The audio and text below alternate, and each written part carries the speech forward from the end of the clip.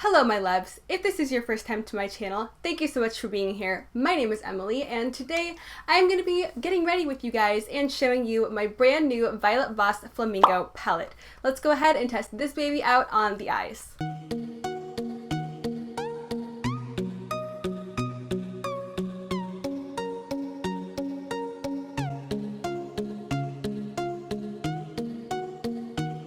Hello my beautiful friends, today I am feeling extra naked mole ready and these eyes desperately need some eyeshadow, so I'm going to be testing out the new Violet Voss Flamingo eyeshadow palette. Now you might be looking at this and thinking, girl, didn't you say you were not going to buy that? And I never said I wasn't going to buy it, okay, but I was trying to convince myself against buying this, but I just couldn't resist it. I've never tried anything from Violet Voss, I've never really been interested or inclined to try anything from Violet Voss. So I felt like this was the perfect opportunity to try something from them. Now, I've only seen one review on this palette and it was Puffin's wife's review and she liked it. She thought it was pretty good. I didn't really get the vibe that she thought it was the most amazing thing in the world, but I do think that she enjoyed it. And after watching her review, I was kind of pushed in the direction of picking this up. And I had a bad day at work and I figured, you know, I'm gonna treat myself and buy myself the Violet Voss Flamingo palette. So that is what I did. And now today I'm gonna be testing it on my eyes because I've never tried the Violet Voss formula and I'm excited to see what all the hype is about because they are a very hyped up brand here on YouTube and on Instagram. And I'm excited to see what all the buzz is about. So without further ado, let's go ahead and get into some of the background information on this palette and some of the nitty-gritty details on what you get in the Violet Voss Flamingo palette. The Violet Voss Flamingo palette retails for $45 on the Sephora and Violet Voss website. You get 36 grams of product with each pan being 1.26 ounces. So in comparison, a standard MAC, Makeup Geek, or ColourPop eyeshadow is 1.5 grams of product. So you get a little bit less in these pans, but they're still a pretty decent size. This palette's first ingredients are mica and talc, which some people do have an allergy to, so I just wanted to point that out right now. And finally, this palette does have a 24-month shelf life, but I don't know about you guys, but I don't really pay attention to that, especially when it comes to eyeshadows.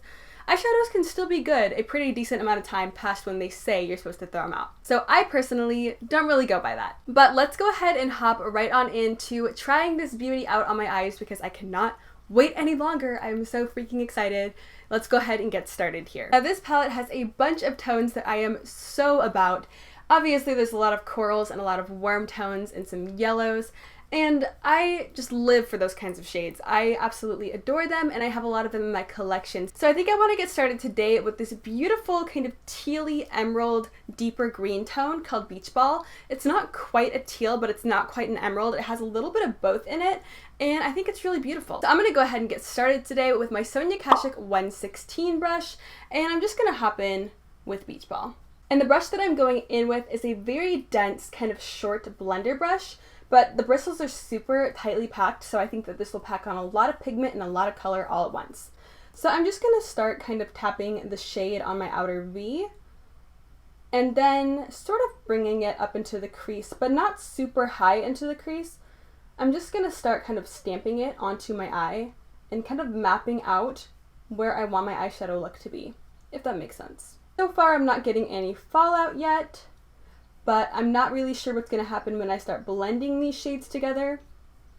A lot of times when you stamp color onto your lid, instead of just going straight in with a blending brush, it tends to minimize the fallout, at least for me it does, because I find that when I just go in and start blending, basically it just makes the eyeshadow kind of fly everywhere all over my face. And so far I'm not seeing any fallout, so that's good because I don't want my highlighter to turn into the Green Goblin. So now that I have my general shape that I want with this eye look, I'm just going to start repeating the same exact steps on the other eye. So I'm definitely looking a little bit crazy right now, to say the least, but I just wanted to map out the general shape of what I'm working with today, and now I'm going to blend everything out with this Morphe Y19 fluffy brush here.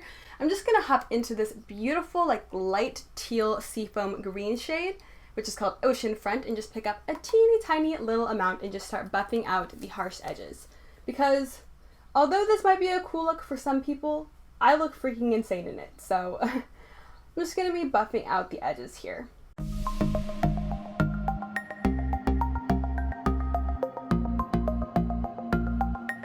And just for the hell of it, I think I'm going to switch this up a little bit and go for a kind of halo eye situation, which is something that I do not do often. I think I've done a halo eye one time in my entire life. I'm not very good at it, but I want to try something new today, so I'm just going to hop back in with my Sonia Kashuk brush that I used to pack on the initial shadow. I'm going to go back into Beach Ball, which is the first shade that I used, and I'm going to tap this on my inner corner and turn this baby into a halo eye. Here goes nothing. Wish me luck, because I am not very skilled at this. Taking the shadow and just packing it right on that inner corner, and I'm just going to pack some more of Beach Ball on the opposite side as well, just to deepen everything up a little bit.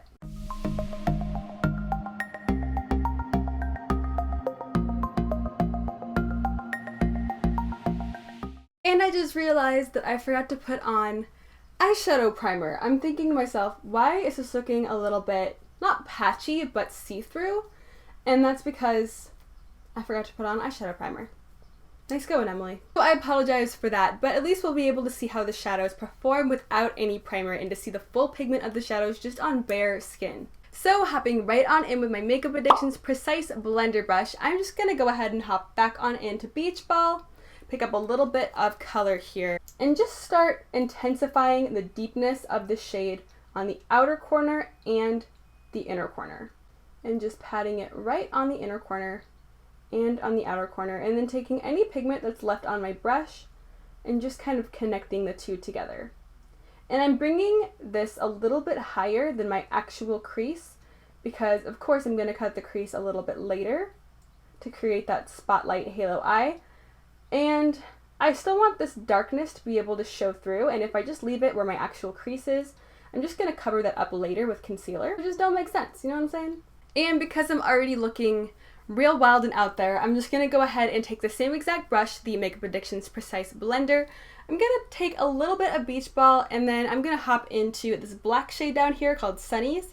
I'm just going to ever so slightly tap my brush in there because I don't want this to be overwhelming. I don't want it to actually look black. I just want to deepen the shade of green. This way I have a little bit more dimension, because right now I've only used two eyeshadows and I want to just create a bit more depth just right on the inner corner and the outer corner. And I'm going to be completely honest here, I am not the kind of person to dip into a black shade to deepen it. I know that's an old school makeup artist trick, and a lot of people have been doing it for years, and it just kind of gives you more versatility when it comes to an eyeshadow palette because you can actually change the color and the tone of the eyeshadow you're using.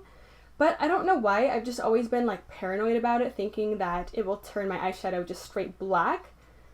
I don't know, maybe I was just doing it wrong before, but I used to try to do that and it was just a hot stinking mess. So I've just been straying away from it for a very long time, but because there is the black in this palette, I want to take advantage of it and I want to use it, so that's what we're doing today. Today we're all about risks.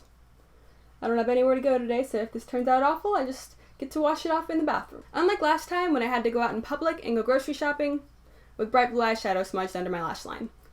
But nonetheless, it was a cool look. So now I'm going to get started on my lower lash line before I go in and cut the crease, because I forgot my concealer in the other room, and yeah, I'm just kind of a hot mess today. But I'm just going to hop in with my Morphe M578 brush, which is this rounded pencil brush, which I use all the time for the lower lash line. I'm sure you've seen me use it before. And I'm going to hop into, you guessed it, Beach Ball, and just pick up some of this on the brush, and I'm just going to smudge it under the lower lash line. Whew, we are looking smoky in here today.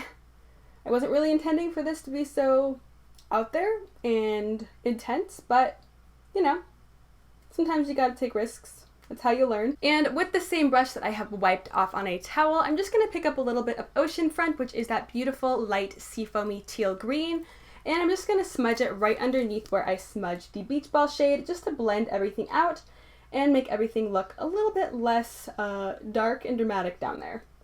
Dark and dramatic is my middle name, let's face it. So I am back after taking a very short hiatus here. Had to go grab my ColourPop concealer in the shade Fair 0018. And I'm just going to pick this up on a flat synthetic brush, and I'm going to be cutting this crease like you've never seen a crease cut before. I don't think that statement is actually true, but I am putting it out into the world and hoping that this goes well, because I, like I've said, am not very familiar with doing halo eyes. So this could end potentially horribly. And I'm a little nervous to do this because I don't really know what I'm doing, but I'm gonna go ahead and just cut out right in the center here where I have kind of left this blank space, I am going to put concealer just right in this middle area. I don't want to bring it too far out into the outer corner, and I don't want to bring it too far into the inner corner. So I kind of think of it like the eye is cut up into thirds. We have the inner third, the middle third, and then the outer third. And I'm just going to put this concealer right in the inner third and not really get it into the outer third or the inner third. Does that make sense? Is that too technical? I don't know. I hate math or science or whatever it is. I hate it. But tilting my head back here, I am just going to start placing the concealer. My heart is literally pounding. I'm such a dweeb, it's not even funny.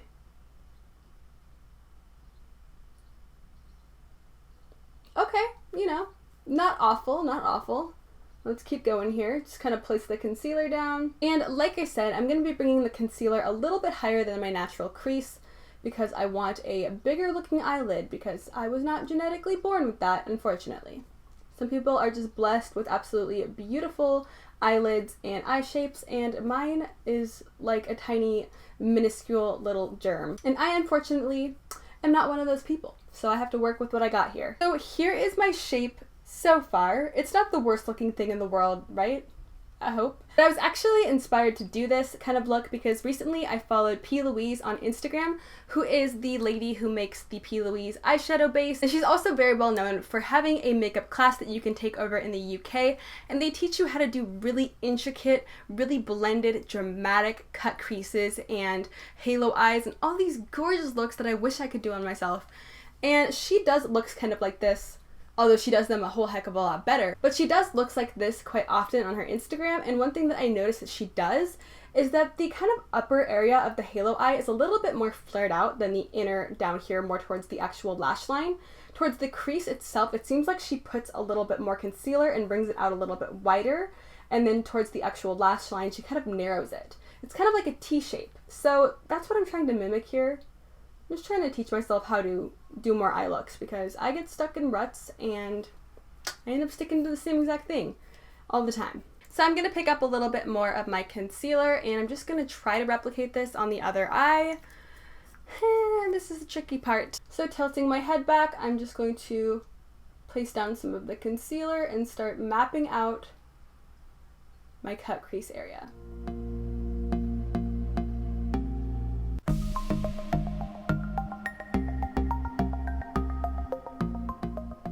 So I'm taking my finger and I'm just kind of tapping on the inner corner and the outer corner and kind of meshing the eyeshadow that I placed there earlier to kind of bring everything together and make it look a little bit less stark because it will help the blending process later when I go back in and try to make everything look a little bit more seamless and a little bit more clean. So this is what I'm working with so far.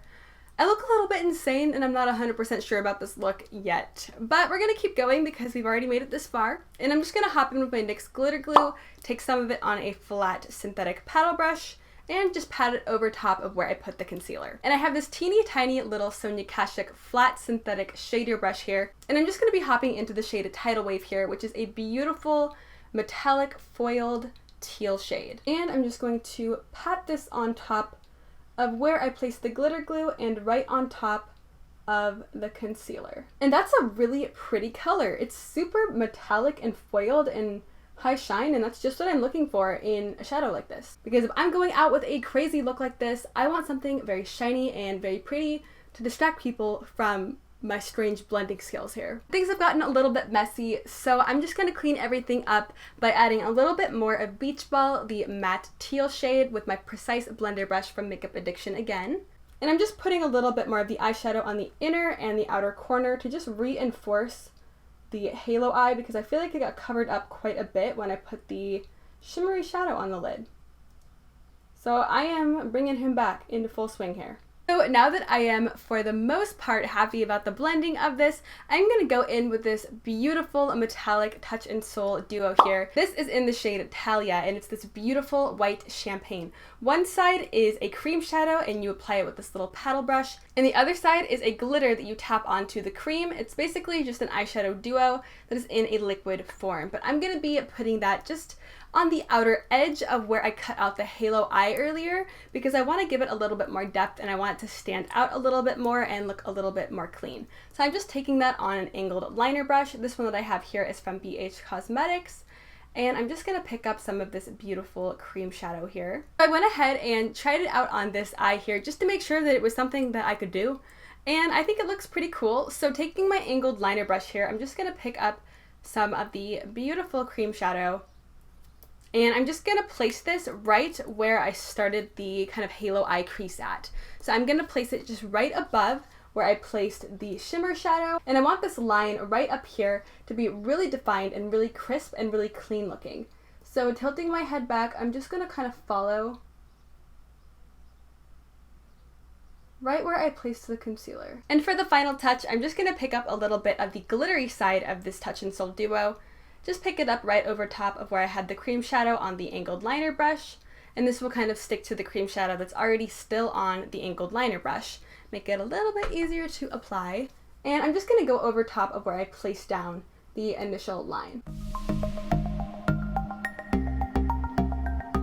And then for the final touch, I'm just gonna hop right back in yet again for the 100th time with my Makeup Addiction's Precise Blender brush, take a little bit of Beach Ball, and just reinforce the deepness on the outer edge and the inner edge.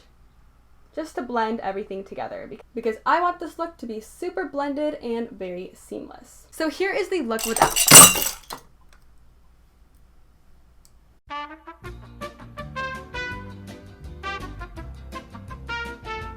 All of my brushes just fell onto the ground. So as I was saying before, my brushes rudely interrupted me. Yeah, I'm talking to you guys.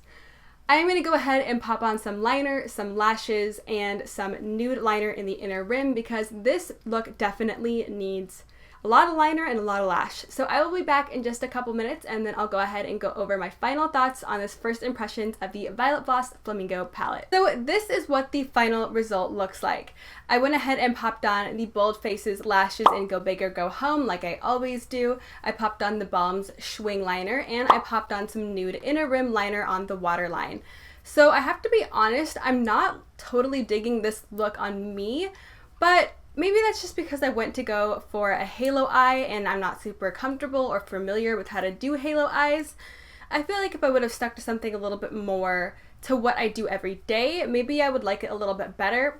I don't really know, but I am really happy that I was at least able to try out a new eyeshadow technique that I don't do very often, and obviously I'm going to work on it and perfect it and get it down because I like halo eyes on other people. I don't know why they don't look good on me. I want them to look good on me. I want to be a part of the Halo Eye Club. But I really did enjoy using the Violet Voss Flamingo palette. I think the palette is just absolutely beautiful. I didn't get any fallout on my under eyes or on my cheeks or anything. I literally got virtually no fallout. I don't know if that's just because I was packing the shadow on and using that technique, or if these shadows are just really bomb and don't create a whole lot of fallout. I did, however, get a little bit of kick up in the pan, but it was nothing abnormal. It was very normal amounts of kick up. I mean, every eyeshadow has a little bit of kick up to it, so I don't really care about that. And everything blended pretty nicely, especially for having no primer on. This look is very bold and vibrant, and it blended out pretty well. So far I'm very impressed with this palette. Now, of course, I'm gonna have to test it way more because this was just a first impressions, and I just wanted to try it on with you guys because I just couldn't wait and I couldn't contain myself. But so far I'm really liking this palette and I'm excited to play with the color combinations and see what kind of cool looks like I can come up with. But with that being said, that is going to be wrapping up today's video. I have nothing to do today other than edit and possibly film a couple more videos, so I'm gonna get right into that. But if you are not already subscribed and you do enjoy my content, I would absolutely love it if you hit that subscribe button down below. If you do also enjoy my content and this video, I do hope that you consider giving this video a big ol' thumbs up and hitting that notification bell down below because YouTube doesn't want to notify anyone when anyone is posting. So I suggest doing that for any YouTuber that you enjoy here on this platform, because YouTube is trying to hide us all under a rock apparently. But I hope you are having an absolutely fantastic day wherever you are, and thank you so much for joining me today. I hope to see you next time. Bye!